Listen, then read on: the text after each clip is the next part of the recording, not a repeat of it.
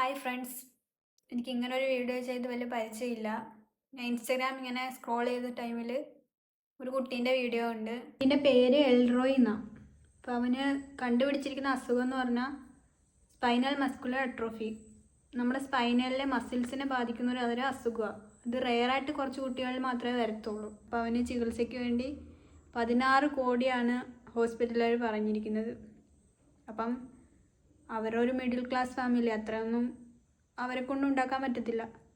അപ്പോൾ ഇതിന് മുന്നേ നമ്മുടെ നാട്ടിൽ 16 കോടി 2 കുട്ടികൾക്ക് ആവശ്യം വന്നപ്പോൾ നമ്മളെല്ലാവരുടെ ഒറ്റക്കെട്ടായിട്ട് നിന്നിട്ട് നമ്മളെ കൊണ്ട് പറ്റുന്ന 100 രൂപയെങ്കിൽ 100 രൂപ അത് കൊടുത്തിട്ട് അവരവരെ ചികിത്സ ചെയ്തിട്ടുണ്ട്. എനിക്ക് പറയാനുള്ളത്, അപ്പോൾ ഈ കുട്ടിക്കും വേണ്ടിയും നമ്മളെല്ലാവരും, നിങ്ങളും എല്ലാവരും നിങ്ങളെ കൊണ്ട് പറ്റുന്ന തുക 100 രൂപയെങ്കിൽ 100 രൂപ, നമ്മൾ ഒരു ദിവസം ഒരു മന്തി കഴിക്കുന്ന പൈസ ആയിക്കോട്ടെ, അത്രയും കൊടുത്താലും ആ കുട്ടിയുടെ ചികിത്സ നമുക്ക് നടത്താൻ പറ്റും.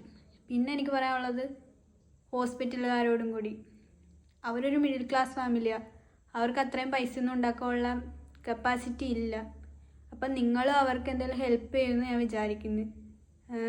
ഹെൽപ്പ് എന്ന് ഉദ്ദേശിക്കുന്നത് ഇപ്പോൾ 16 കോടി രൂപ അവർക്ക് വേണം. അത് സർജറിക്ക് വേണ്ടി മാത്രമാണോ എന്ന് എനിക്കറിയത്തില്ല.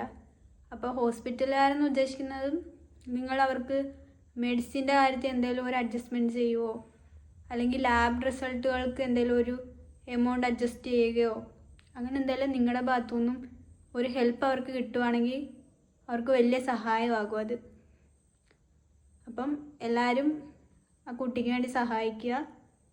ഈ വീഡിയോ ഷെയർ ചെയ്യുക. അപ്പം എനിക്ക് ഇങ്ങനത്തെ വീഡിയോ ഒന്നും ചെയ്താൽ എനിക്ക് വലിയ പരിചയമില്ല. അപ്പം എനിക്കത് കണ്ടപ്പോൾ പറയണം തോന്നി. അപ്പം അത്രേ ഉള്ളൂ. എല്ലാവരും സഹായിക്കും.